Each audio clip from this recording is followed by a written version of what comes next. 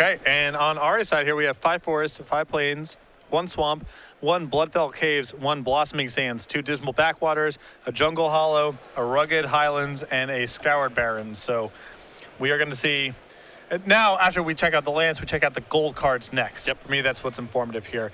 And it looks like, I mean, there's a lot of power here in Ari's deck, an Abomination of Gudul, an Abzan Charm, an Armament Core, Crackling Doom, Dune Blast, Ponyback Brigade. So fully dedicated 5-color strategy here with a lot of power. Yeah, Ari actually did a deck building a seminar, for lack of a better term. We recorded him doing his deck building for Sealed, and we'll have that for you guys later today so you can see exactly how he came to this 5-color deck. I talked with him afterward, and he said, I'm very, very happy with my deck. I have great mana. I have great effects. Dune Blast probably being the best card in his deck. That card is outrageous. For for Lepore, he has 5-color cards as well. He's got Abomination of Gudul of his own. He's got an Abzan Guide. He has a Bear's Companion, a copy of Flying Crane Technique, an Ivy Tusk Fortress. He also has a Soultide Charm and a Winter Flame. So both these players have very powerful gold cards. What we have seen today, however, is that the players with 5-color decks, even though their mana is really good, there's no guarantee that you'll draw all of your mana because you don't have a card like Rampant Growth or Civic Wayfinder, ways to actually find them. You just have to draw them. We'll see if they can both actually draw all of their mana as we are underway here in game number 1 of round 6. The mana fixing is powerful, but it is definitely high variance. Yeah. A lot of the cards you alluded to, they don't exist in this format. The traditional 5-color fixers, the Birds of Paradise of the world, it is based on lands. The lands are very good, but you still have to match your lands to your spells, and there's no guarantee that'll happen. I have a feeling there's going to be nothing short about these games as both players start off their first 2 turns with lands that come into play tapped. Lax has a morph on turn number 3. We'll see, if Lepore has one on his 3rd turn of the game. Right now, Ari has access to blue, black, red, and green mana, so he's just missing white for Lepore. Looks like he did sacrifice a fetch land there, so he's got a mountain. He's actually got all 5 because that's a Sandsteppe Citadel, along with a Tranquil Cove, which will give you blue and white, and there's a red. So he's got them all. He may have just given away a little bit of information. Not sure if Ari saw that card. But it looks like Frank has a play this turn. Ari's start is also very, a classic 5-color start, although not quite all colors of mana just yet. Is it time for Lepore to play a morph? Looks like he's gotten a decision to make on which morph he does want to play. Ari a little impatient, looking to already untap his lands. And there is a morph there for Lepore, so it's a mystery. He was debating, I believe, between Mistfire Weaver and the Woolly Loxodon, I think were the morphs in question. Well, Ari's going to reveal a Herald of Venefenza, and now the Watch of the Roost is going to come into play. It's interesting because we have a white card in play and a white card in hand and no white mana. Sure. Welcome to morphs. Ari will follow up with an 0-5, so not a bad turn there for Lax. And this is a card here in Archer's Parapath that a lot of players have liked. It's an 0-5, and it can work its way in the opponent's life total, and it's stopping Lepore from attacking right now. Good at blocking early on, and then better than the average 0-5 once you get to turn 7, turn 8. Yeah. Puts pressure on the opponent to have to do something. It's a slow clock, but these are not fast games, as you can see. Lax is going to attack for 2 in the air with the Watcher of the Roost. He did play a forest and he just does pass the turn back. So it's very likely that Ari is having some mana problems here. Well, when you reveal the Herald of Venefenza and you pass on turn 5, I mean, it's indicating something's very wrong with his hands. Frank will play his 5th land as an island, as we know. 5 mana is the flashpoint. And given that given that Frank has all this different color of mana in play, he can unmorph anything. Let's see what the spell's going to be here. It's Highland Game. Maybe a morph here as well. The morph is a Rattleclaw Mystic there for Lepore, so he's got a bunch of morphs in play. So now the card we should be checking for is Death Frenzy, which is not in Ari's deck. Yeah, that's the scary one. That's the one that gives -2/-2 to everything. And then you gain a life for each creature that dies this turn. 5 mana for that effect. 3 colorless, a green, and a black.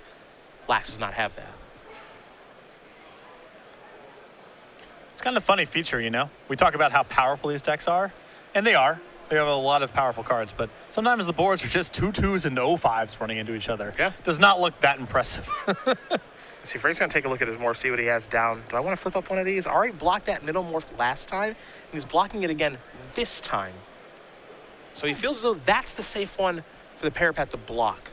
And he doesn't block with his own morph here.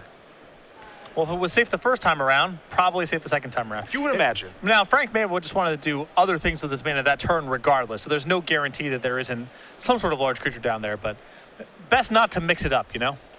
Lepore's going to play a Scoured Barrens before passing the turn back. Does gain a life.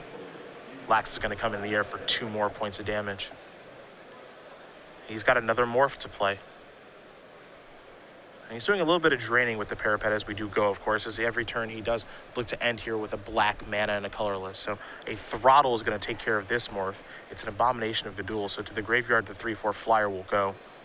Already trying to, apply enough pressure to keep his, keep at least Frank having to play a little bit of defense here while he waits for white mana, but that might not be an option here. There's the Woolly Bully. That was the morph that was in the middle the entire time. And Lax blocked it again, and he lost that combat. So that's a thing that can happen there. You think the morph is safe, but Frank was just doing other things with his mana. Yeah. Well, Loxodon's a pretty good morph in this format, too. 6/7, definitely a really powerful card. Lax is going to come across here for 2. Now, here's the big question, right? We know that Ari has Doom Blast in his deck. Now, he doesn't have the white mana for Doom Blast yet. Doesn't even have the card in his hand. Because if he does, boy, this game changes in a hurry. And Ari is playing with 5 planes, too, so he does have untapped white mana in his list. Sometimes these decks do not. Radical Mystic's going to be turned face up, so a little bit of mana here for Lepore. You see the unmorph cost on that is 2 colorless. I'll give you a burst of mana. And now he's going to be able to cast Dead Drop. Well, okay. Now, Dead Drop's mana cost is 9 colorless and a black, so it costs 10 mana. Now, of course, it does have Delve on it, so you can lower the cost on it a little bit, but Ari's going to have to sacrifice 2 creatures, one of which is the mighty Ponyback Rider, but he doesn't have any white mana to unmorph it. And Ari, for all the discussions of how good his mana was, it can still haunt you. That's the world that we live in. The Sultai Scavenger is going to have to block the Woolly Loxodon. Some damage is going to come across. Lax will draw a card. He doesn't have white mana. Don't even know if he has to Doom Blast, but it's not going to matter as he will concede the game. So Frank Lepore, with a very powerful draw, is going to win game number 1 here over Ari Lax.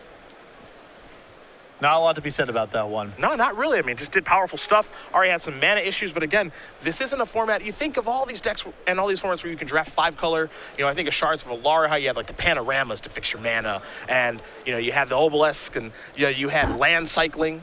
You cycle Fiery Fall and all that stuff. You could really get a 5 color mana base. In this, you do have these lands that can provide 2 colors or sometimes 3 colors of mana to help fix your mana, but again, there's no guarantee that you draw those cards. Much higher variance execution than having your Civic Wayfinders and your Borderland Rangers and so forth gluing the mana together. And that's actually Transskill Promenade, another card that, during Ravnica Block was kind of big cheats for people trying to build 5 color decks. And again, the facilitators are good, but they are 2 and 3 colors for the most part. They are not 5 color enablers. That's the thing that I found interesting that we've watched so far. Fennel had this problem. Fennel, he was played against when he lost to Eli Cassis. Fennel was targeted by a Despise, and he had 4 lands that come, 4 like the dual lands that gain you a life, and a couple cards in his hand. And the 2 cards in his hand were Surrak Dragon Speaker and Abzan Charm. He couldn't cast either one.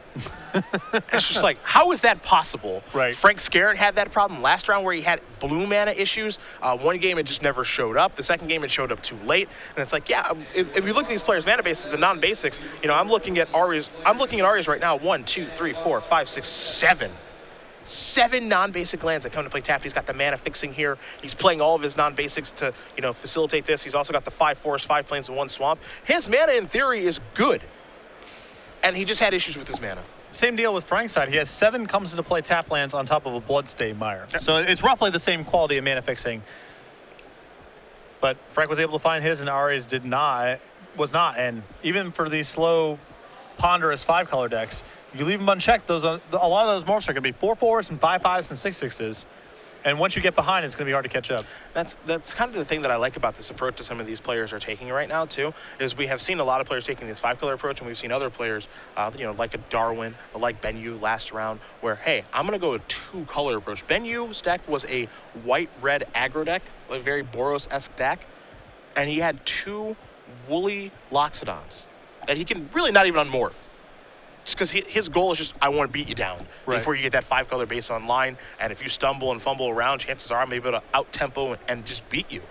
Also telling here is, even though, again, this is supposed to be a slow, cumbersome matchup here, Ari chose to take the play, and that's out of respect for what the Morphs do in these games. Ari starts things off with an Archer's Parapet. Now he's going to play a Morph and pass the turn back. Lepore with a Highland game. Well, that got outclassed pretty quickly. It is low impact, yes. let's say. Lepore will play a 3-mana spell that turn. It is a copy of Tuskguard Captain. One of the more efficient Outlast creatures. Yep. The 1-mana one seems so good. A Dismal Backwater there for Ari. He's going to play an Anak Bondkin, it looks like, in just a moment. That's what he revealed to his Watcher to be able to turn that up. Looks like he's already attacked and gained his life. Now he will play the Bondkin. Of course, that is the Outlast creature that can give everybody first strike when they have a counter. So another very efficient, very good early on in the game, and also quality late in the game. That's what you ask for. Here's an Outlast activation on the Tuskguard Captain. So that's going to become a 3/4 now. Don't forget, with that one, whatever creatures have a counter have trample. But that's all that Lepore can do on that turn. And Ari has a lot of time before he has to worry about that, because he has that Archer's Parapet locking up the ground. Yeah. So Lack's going to roll up the sleeves a little bit, see how he wants to do a little bit of attacking here. Lepore does have 2 mana available. It's got the black-white dual land there in Scoured Barrens and a Mountain. That represents a couple of things as far as tricks are concerned. But now Lack's going to play a powerful card. He's going to go with the Armament Corp. And that is, boy, is that a good card. I think that's got to be one of the best non-rares in the set. That's what it feels like to me. Great at every stage. And I think that part of Ari's game plan here is to make sure that Frank is never allowed to cash in that Highland game for any of Ari's cards. That's going to be on chump blocking detail in this game, I believe, is part of Ari's goal, because it's so low impact. There's no reason to let Frank ever trade that in for something that matters. And Ari's able to execute that as Frank very quickly chump blocks. Yeah, the game is going to gain 2 life.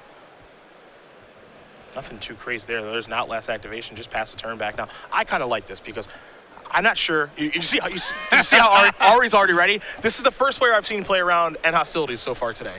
Well, he's got a huge edge on the board, and Frank's also not doing anything, just playing lands that are coming into play tapped and spinning his Outlast creature. This has all the makings of my opponent is setting up end hostilities. Rugged Highlands is the land that Frank is going to play. He's just going to pass the turn back. But I love that play by Ari because I believe he has other spells to cast, but he's already ahead on the board, as you did mention, and Ari doesn't have to play anything else, right? He can just say, I'll just keep outlasting my Bondkin, and I'll keep attacking with my Flyer. And eventually you have to do something. First time today that I've seen someone play around end hostilities. This is something that, again, end hostilities is a rare. It's not a mythic. The chances of you playing against it are, it's likely. It's something you should certainly be cognizant of. In the 5-0 bracket against a 5-color control deck, yes, against an opponent who's not really doing anything. I think that if Frank is able to kill the Flyer, then Ari will deploy something else, because otherwise the board is locked up for the time being. But as long as this is going on, Ari's happy to just keep repeating these turns. And there's a Soul Tide Charm, so the Flyer is gone. So now Ari's probably going to have to shift what he's doing as he does play a Plains for the turn. 6 mana. He'll deploy some more threats now. There is a Hooded Hydra. This is also counters. Good end hostilities insurance. You are right about that. Hooded Hydra, very powerful. Green, X. Enters the battlefield with X+1/+1 counters. In this instance, it is 4. Hooded Hydra dies. You put 1/1. You put a 1/1 green snake creature token in the battlefield for each +1/+1 counter. It's got morph and all that jazz. Frank Lepore knows that he is beat, so he's going to pack it up and pack it in. And the third game is where we are heading between these two players. So that looks like it doesn't matter, Frank's concession there, but that's actually a huge deal. Because if Frank had end hostilities in his deck, he would keep playing if he knew he had some sort of draw step that would let him get back in the game. By conceding in that spot, I think Ari can pretty comfortably ignore the possibility of end hostilities for game 3. So that was a card that was clearly on Ari's radar there game 2. He was making a lot of concessions to it. And Frank's concession there, I think, means that Ari can be a lot more comfortable just playing the stuff that's in his hand. That's a big deal. Ari's a pretty sharp player. He's the kind of player who will pick up on that information. If Frank continues to play the game out, then that leads Ari to believe that maybe he has a Wrath effect. It doesn't have to be in hostilities. It can be Dune Blast, which is a card Ari does have in his deck. So I imagine that's on his radar. But by conceding that game and not playing it out and making Ari kill you, you're basically giving up the information, as you said, that I don't have a Wrath effect to draw to. And it might seem minor, but when you're both 5-0 and working your way through a Grand Prix, that can be major. It's crazy, right? Because you can imagine let's say, you know, we played this pretty long game in game 3 that Ari ends up winning. And you ask Frank what happened in the games, what happened in the match, and he'll describe maybe the cards that got played or whatever. Where it's very possible that concession in game 2 changes the way that Ari plays game 3 enough where that's the thing that matters. If end hostilities is still on Ari's radar, maybe he plays game 3 in a completely different way that results in Frank winning. That could be a huge deal. That's part of the reason I love watching Reed Duke play. Never tap. Never surrender. Yeah, never surrender. And it's different, right, in constructed than it is in limited. Because in constructed, you know what's in your opponent's deck for the most part. You know, the archetypes and people are playing stock decks and all that stuff. Sometimes there's brews, but whatever. You know, Reed could very easily concede when someone just resolves a revelation for 10, but he never ever concedes games for the most part. In limited, I think there's even more reason to never concede for this exact example that we're talking about right now. For Ari, again, now for this 3rd game, and I'll be interested to talk to him after the match if we have time. Just say, hey, you were prepared to be hit with end hostilities in game 2. Frank conceded a couple turns later. Did you even consider it for game 3? And I wouldn't be surprised if he said, well, if he conceded game 2, there's no way he has it. Yeah. I understand, Frank saying there he's flooding out, getting his head kicked in, waiting for a death that's surely coming. Yeah.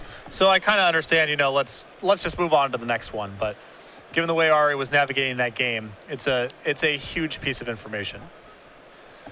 We'll see if Lax can keep it rolling here and win another game, or if Lepore will be able to get it going with his 5-color deck.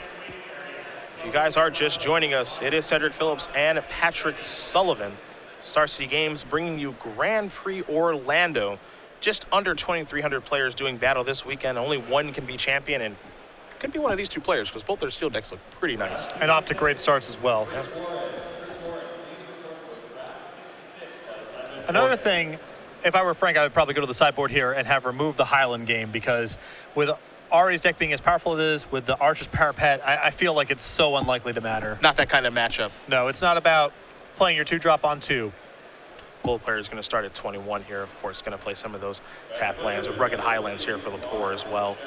You also see the Jungle Hollow. On Lax's side, he does have a copy of Blossoming Sands. He'll play the Anak Bondkin. See how he wants to use that on the 3rd turn when we get to it. Now, even if the matchup isn't about playing to the curve and trying to tempo your opponent out, the Bondkin's still an excellent play. Yeah, good early, good late. Yeah. That's the kind of card that you want in sealed deck. And in limited in general, truth be told. Whereas the Highland game, it's not clear if it's good at either stage of the game, Soultide Charm is going to take care of the old Tusk Guard captain. So it looks like he's actually going to draw some cards, so I take that back. Neither one of those creatures are good enough to kill, probably at this stage of the game, though getting up on a Soultide Charm this early is a pretty big cost. It implies that he's either got his curve set up with a Delve card, as you see here, or he's digging for colored mana or land drops or what have you. Big hoots. The Hooting Mandrill, 4/4 trample. Can Lax get through that? Probably the card in the set that is most fun to nickname. I think by quite a wide margin as a large hoots will attack. Yeah. I could do this all day. I have a whole roster of things to say, not all suitable for air. A Bear's Companion, a 4/4 will be joining that very, very powerful uncommon. That is quite the magic card. Now, Lax was looking good to start. He was trying to have this tempo start, play a 2-drop, play a 3-drop, play a morph. Well, all of a sudden, there are some 4/4s on the table now. And the Bondkin's getting invalidated in part because Ari only has 1 white mana. Yep. So if he wants to activate that, that comes at the expense of playing any other white card in his hand. And so we're seeing the same issue that occurred with the Highland game in game 2, where it's just not that impactful when you see all these 4/4s across the table. Here come the 4/4s now. Into the red zone comes the Mandrills and the Bear token. Lax with a very quick block and unmorph, and it's a Hooded Hydra. Well, okay then. Okay, well, this escalated pretty quickly. We call that in the business a snap block. Yeah. As Hooded Hydra is turned face up, put 5+1/+1 counters. And this card is just busted. Because if this goes badly, okay. Right. That's You have fine. an insurance policy of 5/1/1 tokens, which is not that bad. Yeah. Ari could not block fast enough. We'll see if he wins this combat. Whew, that card is nasty. For example, Frank has a throttle in his hand. He could throttle this, but it doesn't make 1 token. The tokens it generates are equal to +1/+1 counters, not power or toughness when it dies. Yep. So He may do this to save his bear, but Yeah, I think Ari's thought process here is if you want to throttle this or, you know, smite the monster sister or anything, by all means. And he will throttle. Ari already getting his 5 snakes at the ready. He knows he's going to lose this thing. 4 damage will come across. Lax is going to go goblins, to 14. Some there's some bears. Yep. A lot of tokens in this format. Frank going to play a Tranquil Cove. Go up to 21. Back to Lax we go. Looks like an Abomination of Gudul was the draw for the turn. Let's see if there's any attacks here for Ari. He'll start by playing Bloodfell Caves, gain a life. I'm a bit surprised that Ari didn't make a move to try to get the Hooting Mandrills off the table rather than the bear token, because I would rather have 5 1/1 tokens against the non-trampler than the trampler. That's a small thing, but Ari's clearly playing around something in that spot. But I would have made an effort to get the Mandrills off the table. He'll activate the Outlast and the Tuskar Captain, so that's going to be a 3/4 now. 3/4 first striker. This is true. And trample. It's got all the words. Here come the 4/4s. See how Lax wants to block again.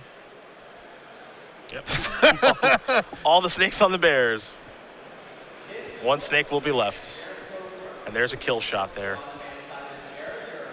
That's a pretty good turn there for Lax. Yeah, doing a great job sort of measuring the tempo of the game here. Yeah. And I would imagine that was after damage got dealt, but still inside of combat. Potentially, yeah, potentially. There's a Trail of Mystery. That card's great on turn 2. It's just okay now. Yeah. Trail of Mystery, this, again, fantastic on turn 2. 2 mana enchantment. When you play a morph, you get to search your deck for a basic land and put it in your hand. When a permanent you control is turned face up, if it's creature, it gets +2/+2 until the turn. Really, really good card on turn 2. The big question is it good later in the game? It seems like it's just okay. Trail of Mystery, when a permanent you control is turned face up, if it's a creature, I guess, so it does not interact with the future site land that had morph. I'm not totally sure. Zoetic Cavern? Yeah. Gotta have that clarification, Patrick. Yeah. That is key.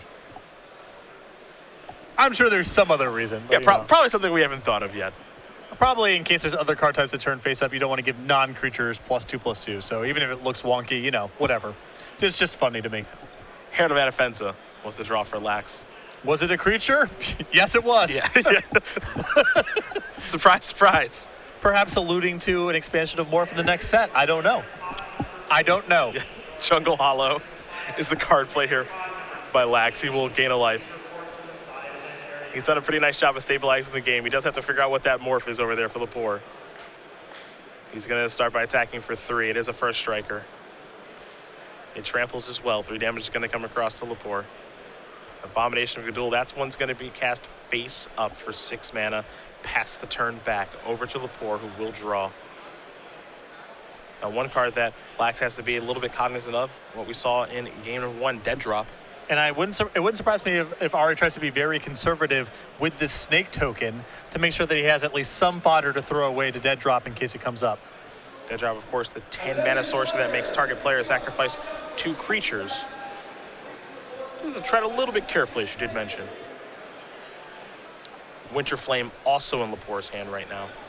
Ari does an excellent job of just playing around cards. It's clear he's concerned about particular things. Certain cards get on his radar for whatever reason, and he radically adjusts his game plan in the face of that. Yep, block with the snake token. Well, this has made Dead Drop a lot juicier.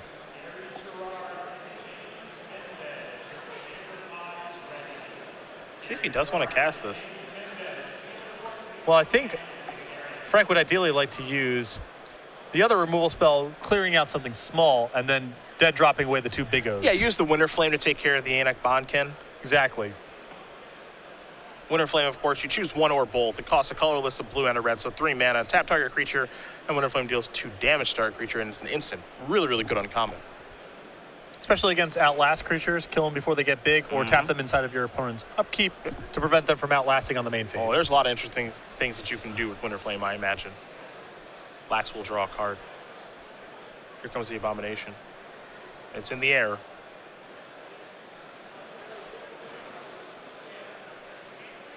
And it looks like Lepore may say, you can't attack just yet. I'd like to cast this Winter Flame here if you don't mind. And I'll choose both. To here, tap that. That doesn't get to attack. Is Lax okay with that?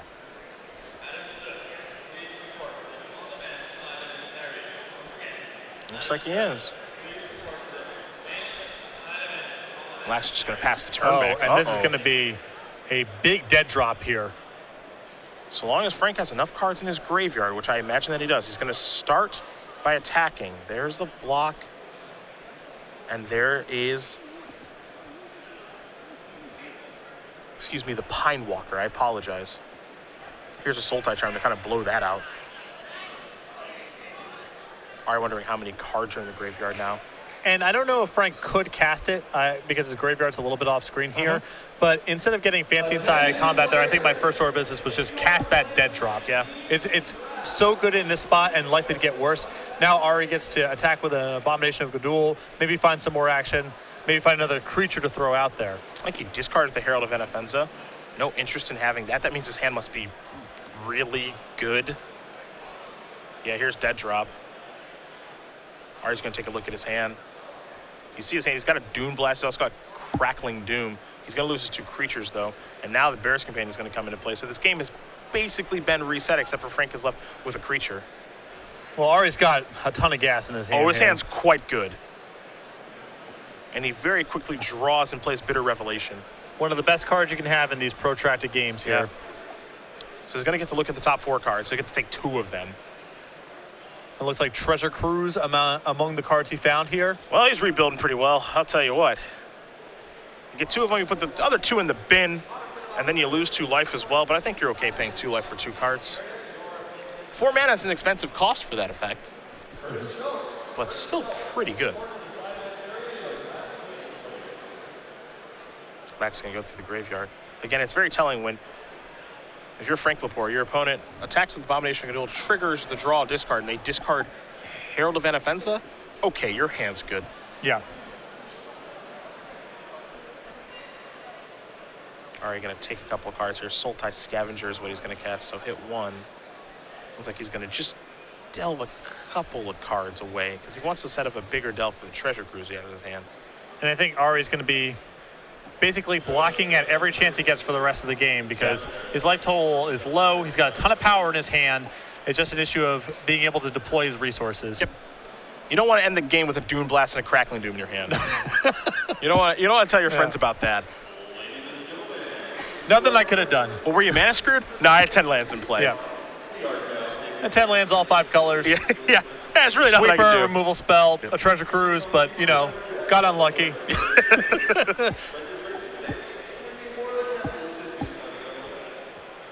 3 mana here for Frank, or at least he's considering. It looks like Frank drew a Treasure Cruise of his own. And these are the complicated spots where you want to leave your graveyard as intact as possible for future delve cards. So you need to think of, what's the card that I want to draw here? Now, what's the mana I can spend, and delve the least that still allows me to top deck the card I really want to find? It's a difficult decision.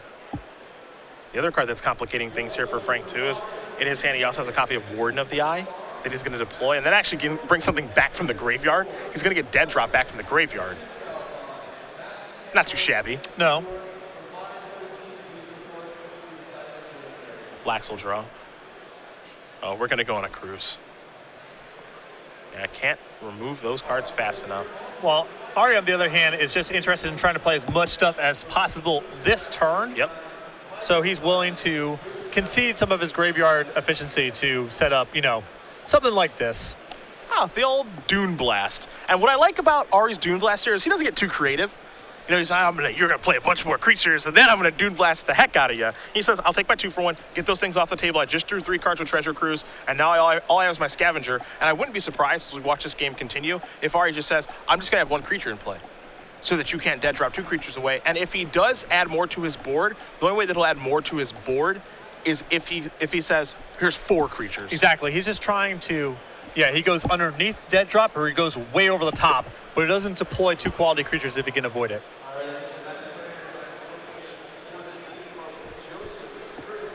So Lepore plays a morph, and I believe the morph that he played was Abomination of Gadul. Now, Abomination of Gadul is a 3/4 flyer, which in theory would be able to beat the Sultai Scavenger in combat. However, I think Lax has some other ideas. and some ways to take care of that. He just did draw 3 cards after all. This will unmorph. Perhaps it's time for a Crackling Doom. And Ari says, you don't get to block just yet. Hold up. Well, smite the monsters. And that reason that works is because of Trail of Mystery. When you turn a morph up, it gets +2/+2. I was looking, I was like, is Smite the Monster's toughness or something? Like, what's going on here? No. And that means Ari gets to keep holding that Crackling Doom. A nice play there by Lax. Let's see what this is going to be from Lepore. Is it time to go cruising himself? You know what's really complicated? Delve in a deck that cares about getting cards out of its graveyard somewhere else down the line. Yeah. The tension between Treasure Cruise and Dead Drop. Because you don't want to pay 10 mana for Dead Drop. Or Treasure Cruise and Warden of the Eye. Yep, that too. 3 cards are drawn here for Lepore. Attention players. Joseph Pamplon, Chris Sullivan. Here's 2 mana. Let's make it 3. There is the Tuskguard Captain yet again. Again, 2/3. Outlast for a single green. Each creature you control with a +1/+1 counter has trample. Quality green card in this format. Is it a Tuskguard Captain? No, it's a Tuskguard Captain. Totally different. It's a different thing.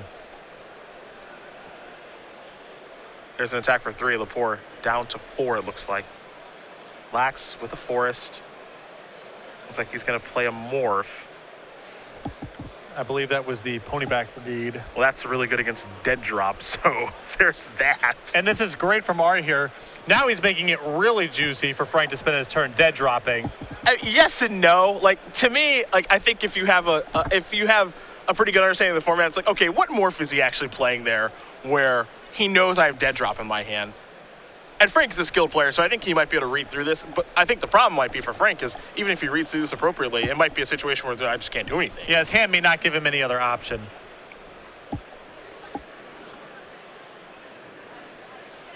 Ponyback Brigade was a card when I initially saw it. I was like, I don't really think that card's all that great. I was wrong. That's okay. Yeah, it's all those, the whole cycle of common, they're all exceptional. Every time in Limited, I'm always like, well, 3/1/1s, why is that even all that great? Yeah, it's good every time. I really like the fact that R&D shot pretty low with mostly single color morphs and then made the 3-color morphs a common superstars. Yeah, me too. You want those cards to stand out. You want those to be the things people are drafting around, first picking and all that stuff. And you work for those. Yeah, to flip them and worked, cast them. Yeah. And then the rare single color morphs, they can be super good sometimes. That's fine.